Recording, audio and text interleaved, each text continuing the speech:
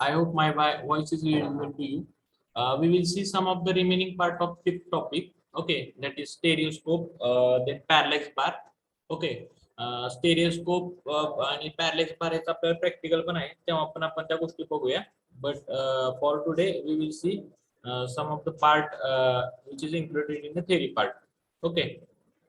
So, in a stereoscopic vision, the depth precision is the mental process of determining the relative distance of the object from the observer from the impression of received through the eyes. जे काय स्टेरिओस्कोपिक vision मध्ये आपण जे काही दोन photos असतात ते बायनोक्युलरच्या खाली ठेवतो आणि त्याचं ओव्हरलॅपिंग करून ते मॅच करून ते पाहतो. Then only then we get the 3D image. Okay, so this is the impression that are received through our eyes, and due to the binocular vision the observer is able to perceive the spatial relation, that is the three-dimensional to his field view. म्हणजे आपल्याला त्या बायनोक्युलर मधून पाहिल्यानंतर 3D image मिळते. Okay, ह्याचं आपल्याला practical पण आहे. We will see during the practicals. We are just taking the theoretical information of this. Okay, the impression of the depth is caused mainly due to the three reasons. आता 3D image मिळते म्हणजे काय, तर you get the depth information, म्हणजे कुठला area खोलगट आहे कुठला एरिया वर आहे याची इन्फॉर्मेशन तुम्हाला मिळते. Okay, so this is because of the mainly these three reasons. पहिलं काय तर relative apparent size near the near and far objects. ठीक आहे, relative apparent size of near and far objects म्हणजे एखादा ऑब्जेक्ट जर तुमच्या जर जवळ असेल तर तुम्हाला मोठा भासतो, लांब असेल तर छोटा भासतो. Okay, so this is the relative apparent size of the near and far object. असं रिलेटिव्हली तुम्हाला डिफरन्शिएट होतं. ठीक आहे, then effects of the light and shades. आता एखाद्या जागेवर जर जास्ती प्रकाश पडला असेल तर ती कुठल्या साईडला आहे, किंवा सावली पडली असेल त्याची सावली किती मोठी पडली त्याच्यावरून तुम्हाला त्याची हाईट किती आहे. ठीक आहे, ह्या गोष्टी समजतात. आता हे स्टेरिओस्कोपिक विजन मध्ये सगळं आपलं जजमेंट असते की कुठला एरिया खोलगट असेल कुठला एरिया वर असेल. ठीक आहे, हे सगळं आपण जजमेंट लावत असतो. ठीक आहे, तर आणि जजमेंट कशावर लावतो तर relative apparent size and depth it is called mainly due to the जवळ आणि लांब म्हणजे near and far object. Then effect of the light. Hello,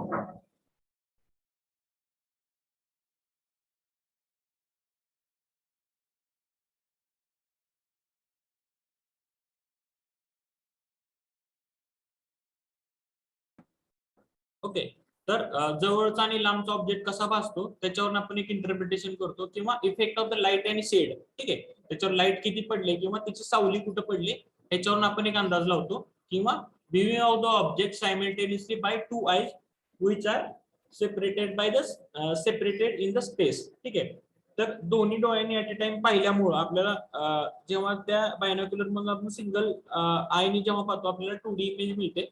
But when we see that through these two eyes we get the 3D image. Okay, so out of this the third one is the most important. Okay, viewing of the object simultaneously by the two eyes and which are separated by the space, and this is the most important thing.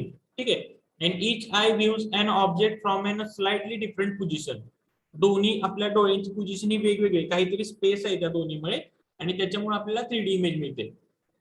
And by a psychological process in the two separate images combined together in the brain and enabling it the 3D dimensional image. ठीक आहे, आपण दोन्ही डोळ्यांनी at a time पाहिल्यामुळं आणि आपण psychologically तसा विचार करतो की हे दोन ऑब्जेक्ट्स असं इकडून दिसते आणि we get the 3D image in our brain. ठीक आहे, this is the basic of this stereoscope. Stereoscope it is an instrument used for viewing the stereo pairs. ठीक आहे, स्टेरिओस्पेअर्स म्हणजे जे दोन इमेजेस आहेत ज्या ओव्हरलॅप होतात शेजारच्या आहेत त्या. ठीक आहे, stereoscopes are design for two purposes. कोणत्या दोन पर्पज साठी स्टेरिओस्कोप डिझाईन केले तर to assist in presenting the eyes in the eyes the images of the pair photograph so that the relationship between the convergence and accommodation is same would be in a natural vision. स्टेरिओस्कोप मुळे काय होतं, ज्या काही दोन images आहेत ना ज्याचं 60% side overlap आहे 30% फ्रंट ओव्हरलॅप आहे, त्या दोन इमेजेस पॅरलली ठेवल्या की त्या मिरर मधून आपल्याला जेव्हा आपण डोळ्याने पाहतो तेव्हा आपल्याला 3D इमेज तयार होते. हा स्टेरिओस्कोपचा मेन फंक्शन आहे.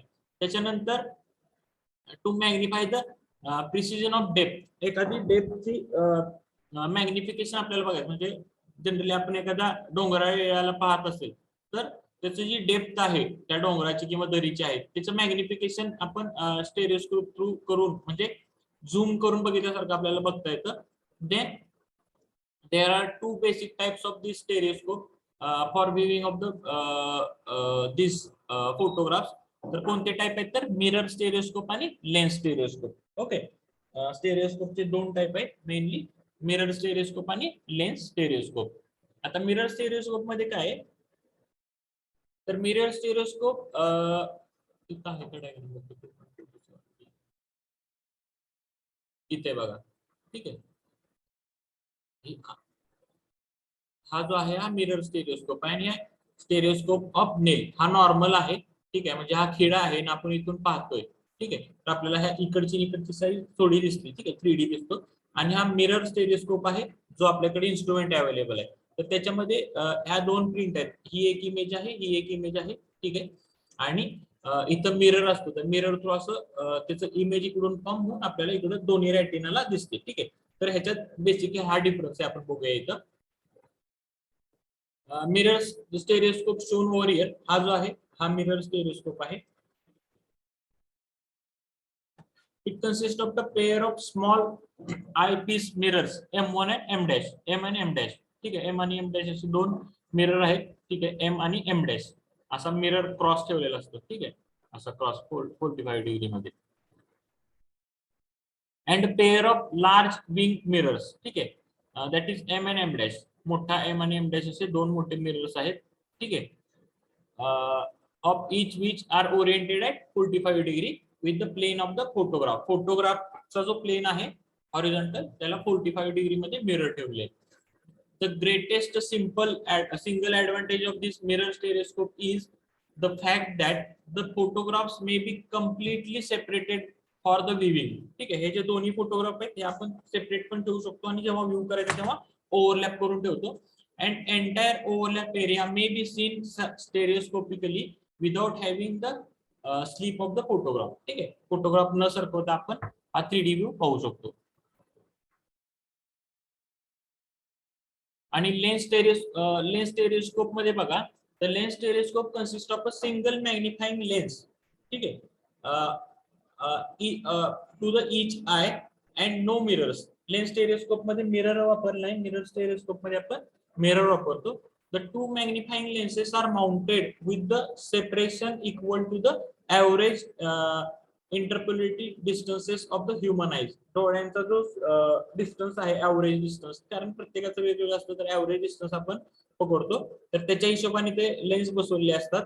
But the provision is made for the changing this separation to suit the individual user. ठीक आहे, पण तरी पण प्रत्येक युजरनुसार थोडं बहुत आपल्याला ते जे लेन्सेस आहेत ते आपल्याला थोडं बहुत लांब किंवा जवळ करावं लागतं, तर तसं करायची पण तिथं प्रोव्हिजन केलेली असते. The distance between the nodal point of the lens and the plane of the photograph depend upon the focal length of the lens. ठीक आहे, आता हे टेक्निकल पार्ट आला. Distance between the nodal point of the lens. ठीक आहे, लेन्सचा जो nodal point आहे अँड प्लेन ऑफ फोटोग्राफ म्हणजे जो जिथं आपण जमिनीवर फोटोग्राफ ठेवलाय त्यातलं जे डिस्टन्स आहे, this distance depend upon the focal length of the lens. लेन्सची जी काय फोकल लेंथ आहे त्याच्यावर हे डिपेंड करतं. The two photograph can be brought so closer to the eyes so that proper convergence can be maintained without causing the photograph to the interfere with each other. ठीक आहे, तर याच्यामध्ये बघा इथे तुम्हाला दाखवलं ते फोटोग्राफ आहेत ना आपण जवळ किंवा लांब करू शकतो for getting the proper response. Okay, so the two photograph can be brought so close. ते दोन फोटोग्राफ आहेत ना ते असे आपण जवळ आणायचे. ठीक आहे, हॉरिझॉन्टली.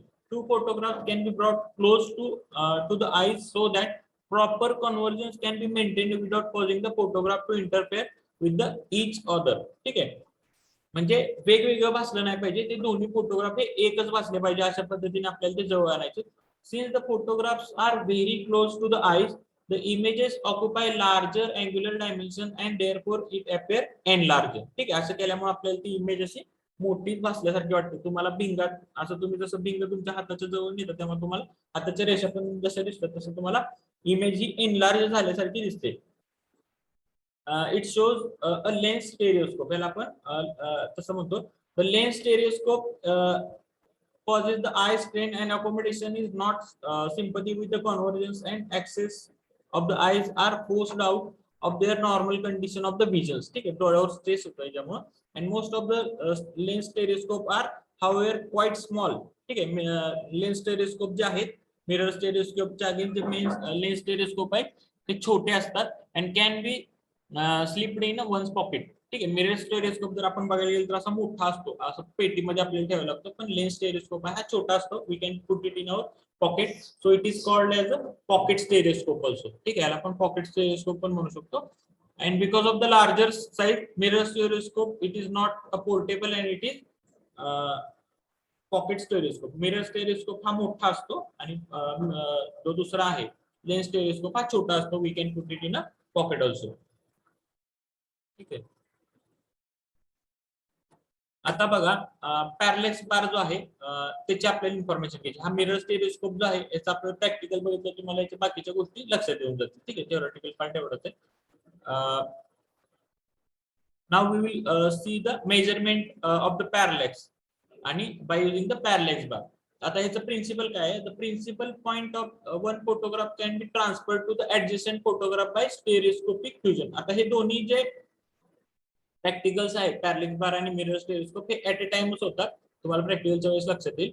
तर बघा ह्याच्यात पॅरलेक्स बार मध्ये याचं जे प्रिन्सिपल आहे, the principal point of one photograph can be transfer to the adjacent photograph by stereoscopic fusion. ठीक आहे, म्हणजे जे दोन्हीतले जे कॉमन पॉइंट आहेत ते आपण स्टेरिओस्कोपिक फ्युजनने एकत्र आणू शकतो. दस the flight line joining the two principal points can be drawn on the photograph. ठीक आहे, त्याच्यामुळं जेव्हा आपण ओव्हरलॅपिंग रिजन असतो 60% असेल साइड ओव्हरलॅप किंवा फ्रंट ओव्हरलॅप 30% आहे, हा जेव्हा आपण एकत्र आणतो तेव्हा आपल्याला फ्लाइट लाईन मिळतात, एक्झॅक्ट फ्लाइट लाईन मिळतात. This flight line becomes the X axis of the photograph for the measurement of the parallax. ठीक आहे, दोन्ही मॅच झालं म्हणजे पॅरलेक्स. म्हणजे जसं तुम्ही बघितलं की जेव्हा तुम्ही ऍटो लेवल मधून पाहत असता आणि तुम्हाला एखादी इमेज क्लिअर दिसत नाही तेव्हा तुम्ही काय करता, तो जो ऑब्जेक्टिव्ह लेन्स आहे तो मूव्ह करता आणि ऑब्जेक्टिव्ह लेन्स मूव्ह केल्यानंतर तुम्हाला इमेज क्लिअर दिसायला लागते आणि जो क्रॉस हेअर्स आहेत it appears as sticked to the that image. ह्याला आपण काय म्हणतो तर पॅरलेक्स रिमूव्ह झाला. सेम तसं आहे जेव्हा दोन्ही फोटोग्राफ तुम्ही मॅच करता आणि दोन्ही फोटो तुम्हाला एकत्र दिसायला लागतात, at that time you can say that parallax is in removed. ठीक आहे, so this flight line becomes the x-axis of the photograph for the measurement of the parallax and the y-axis is then drawn through the principal point and perpendicular to the x-axis. ठीक आहे, मग आपल्याला x-axis आणि y-axis काढायला लागतो. The x and x dash coordinates of any point of which parallax is desired can be measured with the line scale and parallax can be calculated by applying the equation. म्हणजे equation आहे त्या इक्वेशनने आपण पॅरलेक्स काढू शकतो किती आहे ते. For greater refinement, ठीक आहे, म्हणजे अजून ऍक्युरेट रिझल्ट पाहिजे असेल तर the x coordinates of this points can be found out from the stereo comparator and after identifying the transferring the principal point on the photograph, each photograph is oriented in the comparator in turn of the flight. ठीक आहे, I will try to show you its video बघितल्यानंतर तुम्हाला जरा लक्षात येईल की how to use पॅरलेक्स. हा पॅरलेक्स बार असतो. ठीक आहे, आपल्याला मूव्ह करायचा असतो. ठीक आहे, हा फिक्स्ड पार्ट असतो त्याचा, हा मुव्हेबल पार्ट असतो. आपण इकडे तिकडे मूव्ह करू शकतो आणि मायक्रोमीटर मध्ये ते फिरवलं की आपल्याला कळतं की हा कितीने मूव्ह झाला. ठीक आहे, त्याचं I will try to show you. तुमचा video is available of this आणि जेव्हा प्रॅक्टिकल असेल तेव्हा पाहूयाच.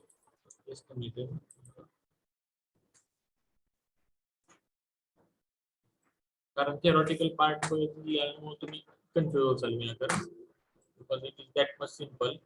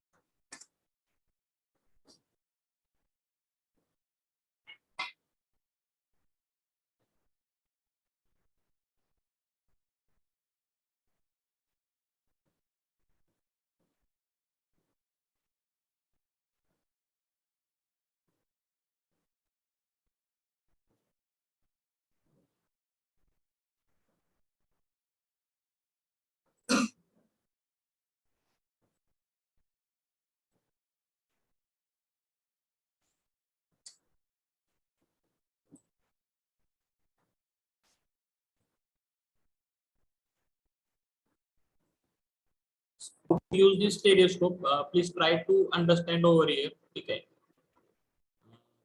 I will show you in practical. So we are having this equipment with us. Okay, but before going to the theoretical part, you should at least know what is happening over there. Okay, नाहीतर विनाकारण तुम्ही tension घ्यायचं. Okay, so please look at this instrument, mirror stereoscope. How to use this mirror stereoscope? This is mirror stereoscope.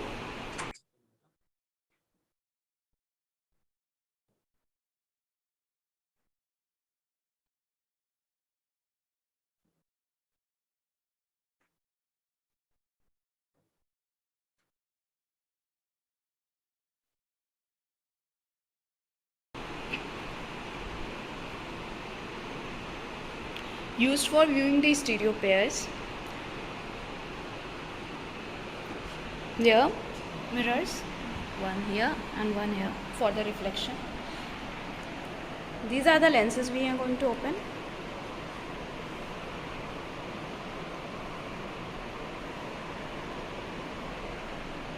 Okay. And this is the object plane from where we'll sight.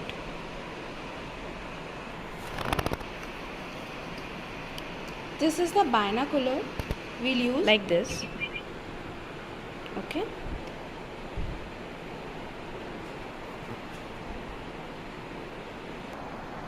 Now let's see stereo pairs. The images which we'll sight through this stereoscope. This is a pair of images taken for the same area with different angles.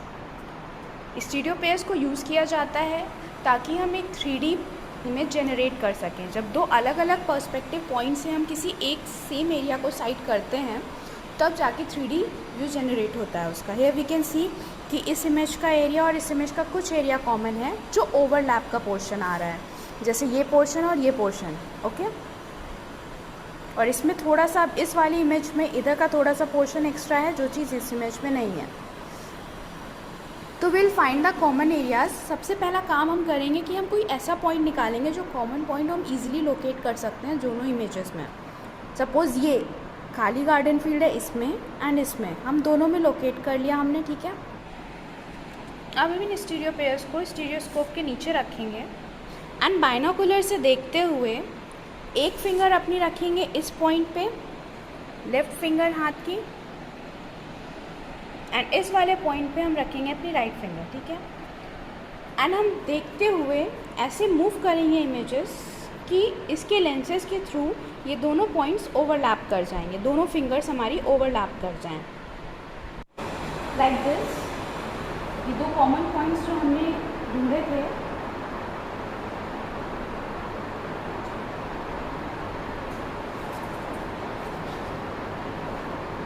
Image में, पहले image की direction भी हम check करेंगे कि सीधी है, दोनों same direction में line है या नहीं. फिर हम इनको साइड करते हुए फिंगर्स के अकॉर्डिंग फोटो को मूव करेंगे ऐसे कि हमारे दोनों फिंगर्स ओवरलैप करें.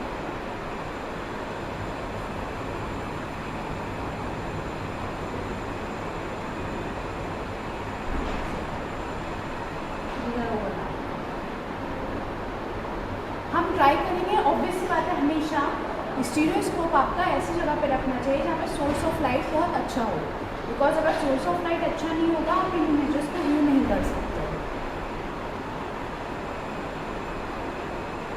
Now this has generated the 3D view for that much point जो कॉमन है दोनों इमेजेस में जिसमें ओवरलैप आ रहा है.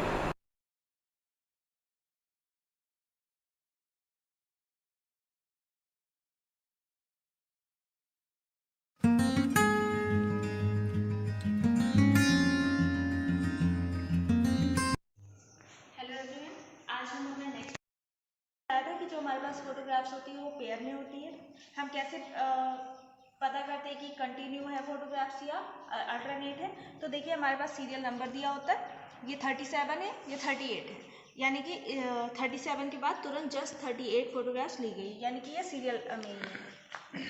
अब हमें पता है कि ये जो फोटोग्राफ्स है इसमें काफ़ी सारी चीज़ें दी होती है, सिटी भी है, नहर भी है, एग्रीकल्चर एरिया भी है, प्लेन एरिया भी है, कई सारी चीज़ें हैं, तो हमें उन्हीं की एनालिसिस करनी है। लेकिन आज जो हमारा प्रैक्टिकल है उसमें हमें पता है पर्टिकुलर कि हमें सिर्फ सिटी की ही एनालिसिस करनी है, और वो हमें देखना है कि किस कोऑर्डिनेट में हमारा सिटी आता है ना। अब ये तो फोटोग्राफ्स की बात हो गई, आपको पता है ये सारी यहाँ पे डिटेल भी दी होती है। लास्ट टाइम आपको बताया गया है स्केल और कहाँ का एरिया है, किस प्लेस का, डेट दी होती है, सारी चीज़ें आपको यहाँ पे डिटेल दी होती है। अब हम अपना स्टीरियोस्कोप की तरफ चलते हैं, देखते हैं हमारा स्टीरियोस्कोप कैसा होता है। ये रहा,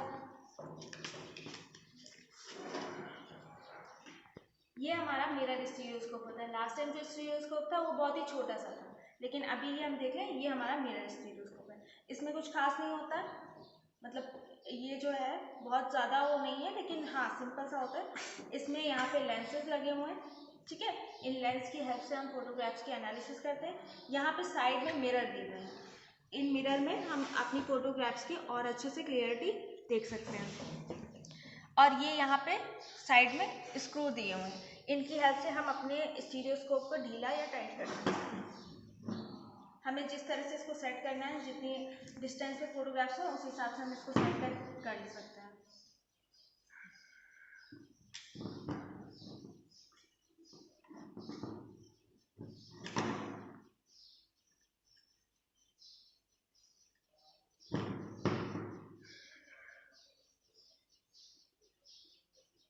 फोटोग्राफ्स को ओवरलैप करवाया था, तो वो ओवरलैप हमने ऐसे ही नॉर्मल करवा लिए थे, क्योंकि हमारा जो स्टीरियोस्कोप था बहुत ही छोटे साइज का था और उसको रख के हम ओवरलैप नहीं करा सकते। तो पहले तो सबसे पहले हम पहले ली गई है, तो जाहिर सी बात है ऐसे ये आ जाएगा। अब इसमें देख लेते हैं, तो हमें ये एरिया कुछ कॉमन दिख रहा है, ये यहाँ से आप देख सकते हो ध्यान से, ये वाला एरिया कॉमन दिख रहा है, ठीक है। अब इसी की हेल्प से हम इसको ओवरलैप कराएंगे। इसको हम थोड़ा सा और ढीला कर देंगे ताकि हमारी दोनों फोटोज आ जाए अच्छे से।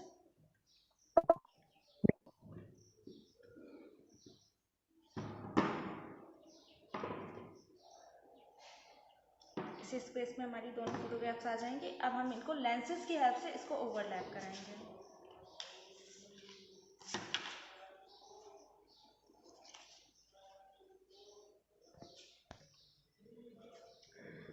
अब हम देख लेते हैं, तो हम अपना एक कॉमन पॉइंट जो है हमने देख लिया है कि ये कॉमन एरिया है, तो हम यहाँ पे एक कॉमन पॉइंट ले लेते हैं। जैसे ये देखिए ये ऐसे बना हुआ है, तो हम इसको ले लेंगे और लेंसेज की हेल्प से इसको ओवरलैप कराएंगे।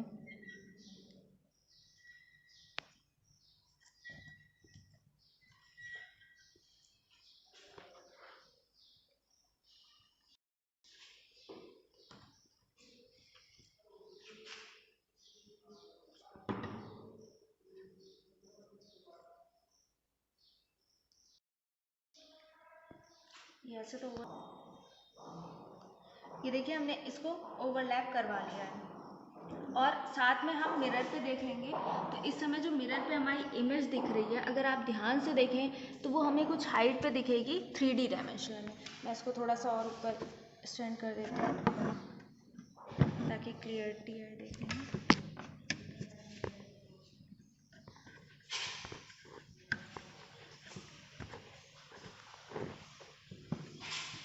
ये देखिए, अगर हम मिरर पे हमने देखा है ध्यान से, हमें कुछ हाइट, बहुत ज़्यादा हाइट नहीं दिखेगी, लेकिन कुछ हाइट में ही ये फोटोग्राफ्स दिखेगी, 3D में हमें व्यू आएगा। अब हम लेंसेज की हेल्प से एनालिसिस करेंगे, तो सेम तरीके से हम, जैसे लास्ट टाइम हमने बताया था कि इसको जो भी हमारा ओवरलैपिंग हुआ है उसको हम 4 पार्ट्स में डिवाइड कर लेंगे, 4 कोऑर्डिनेट्स में, और उसके बाद हम चेक करेंगे कि हमारा जो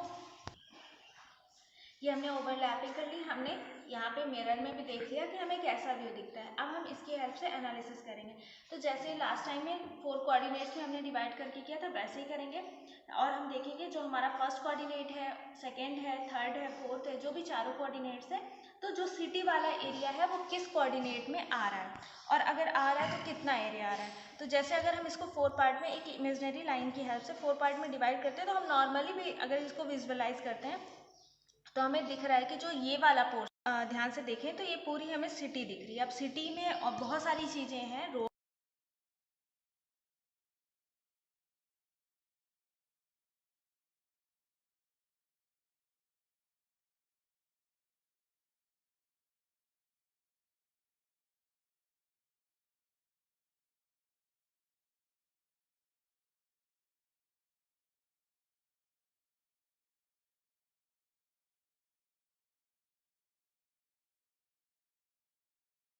I will just try to show you this mirror stereoscope which is available in our lab. Okay, I will go with the students in the lab. You just see the video. Just it will take just 5 minutes. So be in a lecture. Okay.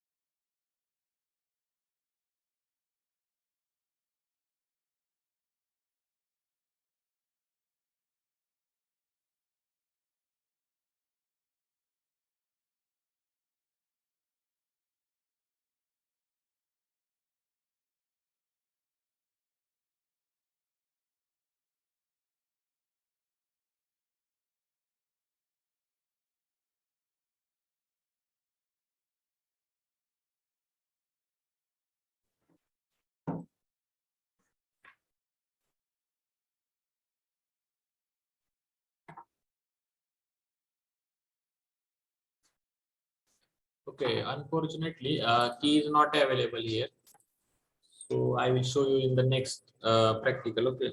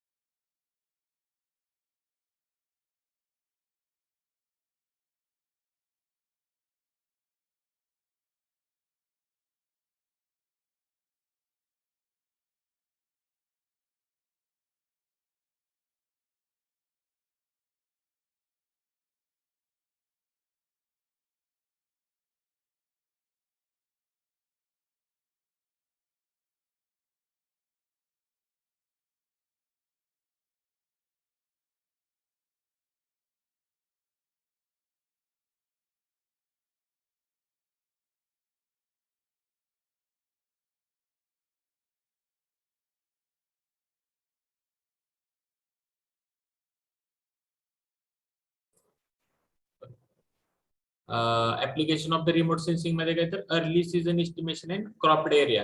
ठीक आहे, एखादा season कसा किती पाऊस पडणार आहे त्याचा आपण आधीच काढू शकतो. Then monitoring of the crop condition using the crop growth profile, म्हणजे एखाद्या एरियामध्ये एखादं झाड कसं वाढतंय, ठीक आहे, पर इयर किती वाढायला पाहिजे पण ऍक्च्युली किती वाढतंय त्याचं मॉनिटरिंग करून आपण तिथली सॉइल कंडिशन किंवा क्रॉप कंडिशन फाइंड आउट करू शकतो. Then identification of the crops and their coverage estimation in a multi crop region. ठीक आहे, म्हणजे कुठले कुठले क्रॉप आहेत आणि त्याचं कव्हरेज किती आहे आणि मल्टी क्रॉप रिजन कुठलं आहे, म्हणजे एखाद्या एरियामध्ये एकच कुठलं क्रॉप होतोय का मल्टी क्रॉप, म्हणजे फळबागा पण करतात आणि बाकीचं रेग्युलर पण करतात. हे आपण रिमोट सेन्सिंगचा उपयोग करून आपण फाइंड आउट करू शकतो. देन क्रॉप इल्ड मॉडेलिंग तयार करू शकतो. ठीक आहे, क्रॉप इल्ड मॉडेलिंग मध्ये काय तर कोणत्या जमिनीतून किती आपल्याला इल्ड मिळतं, म्हणजे किती धान्य मिळतं. ठीक आहे, तर त्याचं मॉडेलिंग करू शकतो. म्हणजे ह्या एरियामध्ये आपल्याला 50च एका एकरातनं 5च पोती गहू येतोय पण इकडच्या एरियातनं 10 पोती मिळतो. त्याच्यावरून आपण क्रॉप इल्ड मॉडेलिंग आपण तयार करू शकतो. मग तिथं कुठल्या टाईपचं क्रॉप घ्यायचं कुठल्या टाईपचं घ्यायचं नाही हे मॉडेलिंग आपण करू शकतो by using the remote sensing. Then command area management also we can do by using this remote sensing. Command area management म्हणजे काय की सपोज एखादा एरिया आणि तिथं आपल्याला काहीतरी गोष्ट करायची, म्हणजे एखादा एरिया आणि जिथं आपल्याला डॅम बांधायचा आहे. ठीक आहे, तर त्याचं पूर्ण मॅनेजमेंट किंवा ज्या काही गोष्टी लागणार आहेत, ठीक आहे, त्याला आपण कमांड एरिया म्हणतो त्या एरियाला. तर त्याचं तिथलं मॅनेजमेंट जे काय सगळं करायचंय ते आपण रिमोट सेन्सिंगचा उपयोग करून करू शकतो. म्हणजे थोडक्यात डॅम बांधायचंय तर कोणत्या दिवसात बांधायला पाहिजे सो दॅट तिथं पाणी विनाकारण आपल्याला थांबवायला लागणार नाही. ठीक आहे, तर हे सगळं आपण जुना जो काही डेटा अवेलेबल असेल किंवा त्या पर्टिक्युलर एरियामध्ये एक वर्षभर आपण कंटिन्युअसली इन्फॉर्मेशन कलेक्ट करून आपण तिथलं मॅनेजमेंट करू शकतो. Then detection of moisture stress and in the crop and quantification of its effect and crop yield. ठीक आहे, मॉइश्चर स्ट्रेस म्हणजे उन्हाळ्यात वगैरे जी झाडं लगेच एक्झॉस्ट होतात ना, तर त्याचं क्वांटिफिकेशन की किती एक्झॉस्ट होतात आणि त्याच्यावरून त्या जमिनीची पत किती आहे, म्हणजे किती तुम्हाला उत्पन्न देणार आहे हे आपण डिटेक्ट करू शकतो by using this remote sensing technique. Then detection of crop violations. Crop violations म्हणजे काय की एखाद्या ठिकाणी झाडं वगैरे तोडली जातात किंवा काहीतरी त्याचं व्हायोलेशन होतं, तर ते पण आपण फाइंड आउट करू शकतो. Then jhum cultivation and desertification. ठीक आहे, म्हणजे तुम्ही बघता की काही काही जंगलं वगैरे तोडली जातात, तर ते आपल्याला इथून कळतं. ठीक आहे, by using this remote sensing technique. Then फॉरेस्ट्रीमध्ये याचा उपयोग कसा होतो तर इम्प्रूव्ड फॉरेस्ट टाईप मॅपिंग, की कुठल्या एरियात कुठल्या टाईपची झाडं लावली तरच आपलं फॉरेस्ट वाढेल, नाहीतर एखादा एरिड एरिया आहे तिथं तुम्ही जास्त पाणी लागणारी जर झाडं लावली तर त्याचा उपयोग होईल का तर नाही होणार. सो जर आपण रिमोट सेन्सिंग टेक्निकचा उपयोग केला तर आपल्याला तिथल्या जमिनीत किती पाणी आहे कुठल्या टाईपची जमीन आहे ही सगळी इन्फॉर्मेशन मिळेल आणि त्याच्यामुळं आपण फॉरेस्ट जे वाढवायचं आहे, ठीक आहे, ते वाढवू शकतो. ठीक आहे, आणि त्याचं मॅपिंग वगैरे पण करू शकतो. In monitoring large scale deforestation and forest fire. ठीक आहे, म्हणजे जे डिफॉरेस्टेशन म्हणजे जे लोक झाडं वगैरे कट करून येतात, ठीक आहे, लार्ज स्केल मध्ये ते आपण मॉनिटर करू शकतो, म्हणजे होतंय का नाही ते पाहू शकतो. आणि फॉरेस्ट फायर हा एक प्रकार तुम्ही बघितला असेल की मोठे मोठे डेझर्ट जे असतात ना तिथं अचानक आग लागली जाते आणि मोठे जंगल अशी डायरेक्ट सगळी उद्ध्वस्त होतात. ठीक आहे, तर ह्या फॉरेस्ट फायर कुठं लागली असेल तर त्याचं आपण अर्ली मॉनिटरिंग करून तिथं लगेच समजा पाण्याची सोय करून तिथं हेलिकॉप्टर्स वगैरे पाठवून वरून शॉवर वगैरे करून आपण लगेच ते बंद करू शकतो. ठीक आहे, किंवा फॉरेस्ट फायर जर एखाद्या एरियात होत असेल तर तिथं आपण बाबा ठराविक झाडानंतर असं काहीतरी बंडिंग करायचं सो दॅट जरी तिथं फायर लागली तरी ती तेवढ्या एरिया पुरतीच हे राहील आणि पुढे जाणार नाही. ठीक आहे, असं जे मॅनेजमेंट आहे फॉरेस्ट फायर मॅनेजमेंट हे आपण रिमोट सेन्सिंगचं जर तिथलं फोटोग्रामेट्री पूर्ण सर्वे केला तर काय आपण मेजर्स अप्लाय करू शकतो सो दॅट ती फायर वाढणार नाही. ठीक आहे, हे आपल्याला कळून जातं. Then monitoring of the urban forestry. ठीक आहे, म्हणजे आपण जे अर्बन रिजन मध्ये राहतोय झाडं वगैरे किती तुम्ही जर सर्वे बघत असाल की सोलापूर जिल्ह्यात 3% झाडं आहेत. समजा तुम्ही तिकडे नागपूर रिजन मध्ये गेला, गडचिरोलीवर, तिथं 26% 27% फॉरेस्ट आहे. कोल्हापूर रिजन मध्ये गेला तर 13-15% फॉरेस्ट आहे. तर हा सर्वे केल्यानंतर आपल्याला तिथली एन्व्हायरमेंटल कंडिशन पण कळते आणि जनरली हेल्दी एन्व्हायरमेंट कधी असते तर 16% वर जर तुम्ही फॉरेस्ट असेल, झाडं असतील तर, ग्रीनरी असेल तर तुमचं हेल्दी एन्व्हायरमेंट आहे असं आपण म्हणतो. तर मग त्याच्यावर आपल्याला कळतं की सोलापूर मध्ये तुम्ही खूप कमी आहात, तुम्ही झाडं लावली पाहिजेत. तर ह्या गोष्टी आपल्याला कशामुळे करतात तर हे रिमोट सेन्सिंगने आपण तिथली फोटोग्रामेट्री वगैरे केली आणि सर्वे वगैरे केला तर, आणि वाईल्ड लाईफ हॅबिटेट असेसमेंट. आता ह्याच्यामध्ये महत्वाचं काय तर in many areas what happens, जे काही वाईल्ड लाईफ आहे म्हणजे बिबट्या वगैरे आला म्हणतात गावाकड्याला, हे कशामुळे झालं तर ते जिथं राहत होते तिथली झाडं कमी झाली आणि त्यांना मिळणारं अन्न आहे ते मिळणं झालं, पाणी आहे ते अवेलेबल नाहीये, त्यामुळे ते पाण्याच्या शोधात, अन्नाच्या शोधात तिकडे येतात. ठीक आहे. पण त्यांना जे लागणारं अन्न आहे, पाणी आहे, ठीक आहे, ज्या काही लागणाऱ्या त्यांच्या गोष्टी आहेत, त्यांना जर त्या कमीच पडू दिल्या नाही तर ते तुमच्या म्हणजे जिथं लोक राहत आहेत तिथं येतील का तर नाही येणार. तर त्यांचं वाईल्ड लाईफ जे आहे त्यांचं हॅबिटॅट किंवा त्याचं असेसमेंट केलं आपण की काल ते इकडून तिकडं मूव्ह व्हायला लागलेत, तर त्याचं असेसमेंट करून त्याचे मेजर्स काही करेक्शन तिथं केले तर ह्या अशा गोष्टी होणार नाही. तर हे कधी कळेल आपल्याला तर आपण तिथे रिमोट सेन्सिंग वगैरे केलं किंवा काही काही आता जे प्राणी आहेत त्यांना आपण जीपीएस ची छोटीशी चिप लावतो आणि मग त्याची मुवमेंट आपल्याला कळते की हा वाघ बाबा ह्या एरियात फिरतोय, सारखं का फिरतोय तर तिथं पाणी अवेलेबल आहे, पण आता इथं फिरत नाही, तो इकडं फिरतोय का तर त्याचे काय रिजन्स आहेत. तर हे छोटे छोटे ऍप्लिकेशन्स आहेत जे आपण वापरतो. ठीक आहे. लँड यूज सॉइल मध्ये पण याचा उपयोग होतो. Change detection, identification of degradated land, erosion किती झाले, इरोजन प्रॉन एरिया कुठले आहेत, सॉइल कॅटेगरायझेशन करण्यासाठी म्हणजे तुम्हाला फोटोवरून लक्षात येते की काळी माती आहे, लाल माती आहे, पांढरट माती आहे, मुरमाड जमीन आहे. ठीक आहे. तर हे सगळं तुम्हाला रिमोट सेन्सिंग मधून कळतं तुम्हाला. देन जिओलॉजी, जिओलॉजी मध्ये काय ऍप्लिकेशन आहे तर लिथॉलॉजिकल आणि स्ट्रक्चरल मॅपिंग करता येतं, जिओमॉर्फॉलॉजिकल मॅपिंग करता येतं, ground water exploration, then engineering geological studies जे आहेत तिथं पण रिमोट सेन्सिंगचा उपयोग करतो. Geo environmental studies, then drainage analysis. ठीक आहे. मिनरल एक्सप्लोरेशन म्हणजे एखाद्या जमिनीत कुठल्या टाईपची मिनरल अवेलेबल आहेत ते, कोल फायर मॅपिंग आणि ऑइल फील्ड डिटेक्शन. ठीक आहे. ऑइल फील्ड डिटेक्शन हे शक्यतो तुम्ही बघता की जे अरब कंट्रीज आहेत खूप याचा उपयोग करून आपल्याला ऑइल वगैरे प्रोव्हाइड करतात. देन अर्बन लँड यूज, त्याच्यामध्ये काय तर urban and land use mapping म्हणजे कुठल्या एरियात किती लोक राहत आहेत काय, updating and urban transport network. ठीक आहे. Monitoring of urban spot, then identification of unurbanized structures, इथं का लोक राहत नाहीत त्याचं पण मॉनिटरिंग करू शकतो आपण की एखाद्या एरियातच का लोक राहतात आणि एखाद्या एरियात का नाहीत राहत. ठीक आहे.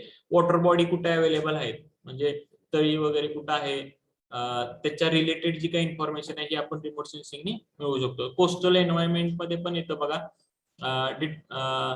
Discrimination of coastal vegetation and it's type, monitoring of sediment, त्यानंतर सिल्टिंग अँड कोस्टल स्ट्रक्चर्स म्हणजे कोस्टल स्ट्रक्चर म्हणजे काय तर समुद्र किनारचे स्ट्रक्चर्स आहेत त्याच्यावर सेडिमेंट्स साठतात किंवा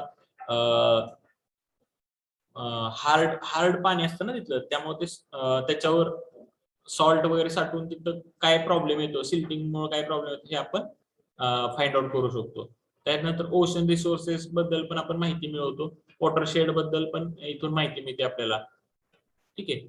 silting of the water, harvesting of the structure, monitoring the watershed development, then major river valley projects, जर आपल्याला एखाद्या ठिकाणी डॅम वगैरे बांधायचं असेल तर रिमोट सेन्सिंग थ्रू आपण इन्फॉर्मेशन कलेक्ट करतो. आणखी कुठं याचा उपयोग होतो तर एन्व्हायरमेंटच्या रिलेटेड जे काही इश्यूज आहेत तिथं पण आपण याचा उपयोग करू शकतो. Then land parcel based applications असतील, ठीक आहे, तिथं. देन फॅसिलिटी मॅनेजमेंट, एखाद्या ठिकाणची फॅसिलिटी आपल्याला इम्प्रूव्ह करायची असेल म्हणजे रोड द्यायचा आहे, टनेल द्यायचा आहे, एखाद्या ठिकाणी पाण्याची फॅसिलिटी अवेलेबल करायची म्हणजे तिथं डॅम बांधायचा आहे, तर तिथं पण आपल्याला रिमोट सेन्सिंगचा उपयोग होतो. आणि डिझास्टर कंट्रोल करण्यासाठी आपल्याला रिमोट सेन्सिंगचा उपयोग होतो. Okay. Up to here our this chapter get complete. ह्याच्यातला जो काही थोडा बहुत पार्ट आहे जो आपल्याला प्रॅक्टिकल थ्रू बघायचा आहे, we will see that through the practical in the next lecture. Okay. Then we will move for the last lecture, last unit. Okay. If you have a doubt, you can ask, or we will stop over here. Okay.